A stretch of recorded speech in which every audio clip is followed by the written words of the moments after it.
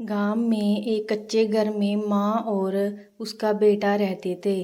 और घर में बहुत गरीबी और कोई सुख सुविधा भी नहीं थी। माँ का बेटा बहुत नशेड़ी और शराबी था।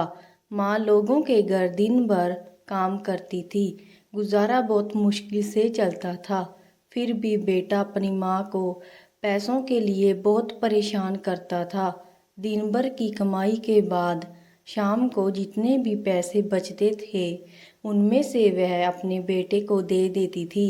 पैसे लेने के बाद भी नशेड़ी बेटा अपनी माँ को पीटता था। धीरे धीरे वह बेटे के पैसों की डिमांड बढ़ती गई।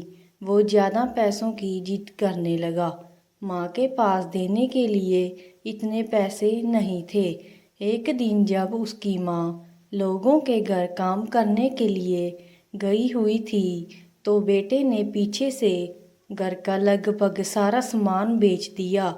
और जब माँ घर वापस आई तो उसने देखा कि घर का सामान कहाँ गया। और वह अपने बेटे को डांटने लगी।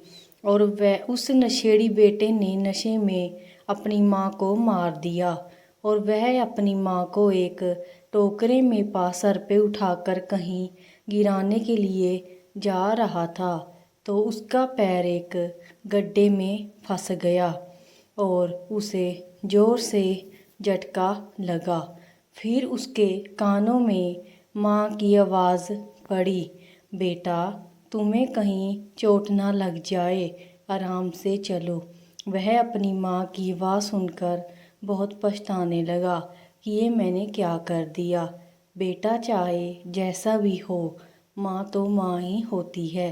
अगर आपको हमारी ये कहानी अच्छी लगी तो चैनल को लाइक और सब्सक्राइब ज़रूर करना।